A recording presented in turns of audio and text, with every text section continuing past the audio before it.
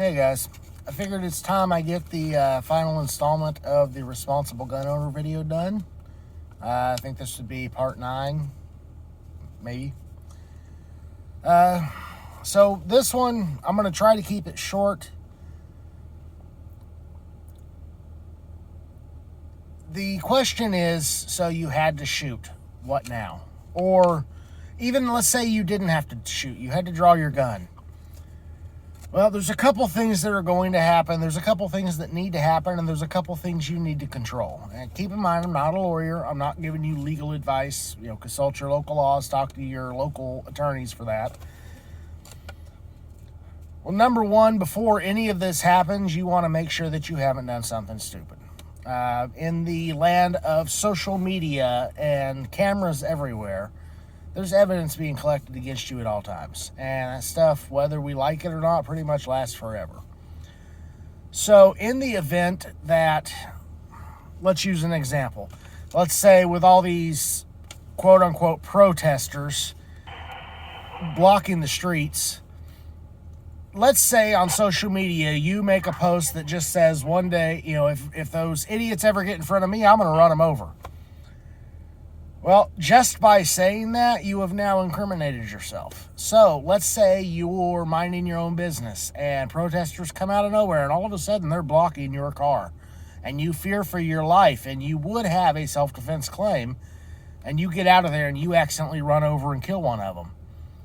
Well, now you are under the microscope, and on top of that, because you made that post in the past, you now have...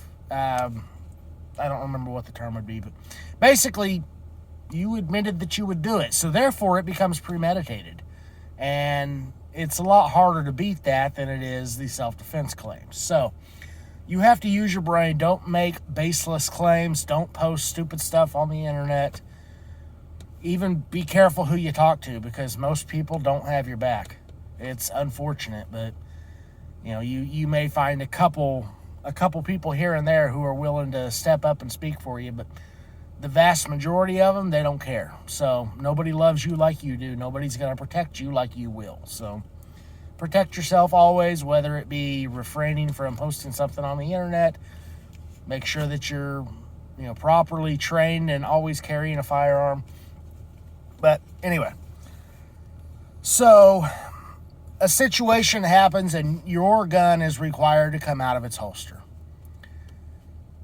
Whether you have to shoot or not, make sure that you haven't already stacked the deck against yourself by being stupid. Now, if that situation does occur, the gun comes out, do you shoot? And that's going to be a different question for every person. It's going to depend on the circumstances of that particular event. If the threat continues to exist, if the threat is still there, absolutely, take care of the problem. However, let's say that whoever the bad guy is decides that they're going to drop whatever weapon they have and they're turning and running away. Well, legally, you're not supposed to shoot them in the back. And it'd probably be hard to beat that on a rap sheet. Mostly, once the threat's over, make sure the threat is, make sure the threat is finished. Look both ways. Make sure that you don't have anybody else sneaking up. Make sure that the threat is legitimately ended. And then holster your firearm. And then the very first thing you should do, whether you had to pull the trigger or not, you need to call the cops. You need to be the one to get the story out first. Basically, let's say that you don't have to shoot. Bad guy runs away. Well, then he calls the cops. This crazy person pulled a gun on me. So now cops are coming and looking for somebody meeting your description, matching your description. And they only have the bad guy's story, which paints you as the bad guy. So you have to protect yourselves. Make sure you are the first one to call the cops, report exactly what happened. And that way dispatch knows what's coming, or they know what to tell the officers who are coming. You can have your firearm out once the threat is over, though it's not recommended. I would say put it in your holster. Be ready to draw it again if a threat returns, whether the same threat or a different threat. But make sure that you are not armed whenever the cops show up, because they may just see somebody with a gun, and you don't want that to be what they see, and then, suddenly you were targeted as the bad guy, and then, it can go bad really fast. So be the one to call the cops. That way they have your story. The next thing, don't talk to the cops. Now, I know that sounds kind of oxymoron there, call them, but then when they get there, don't talk to them. I'd like to clarify, don't talk to them without a lawyer, because with the Miranda rights, anything you say can be used against you. During that situation, you are not going to be thinking clearly. Your adrenaline's going to be flowing. You're going to be thinking before you speak. So it's best just to keep your mouth shut. Even in officer-involved shootings, most of the time they are not required to give a report immediately.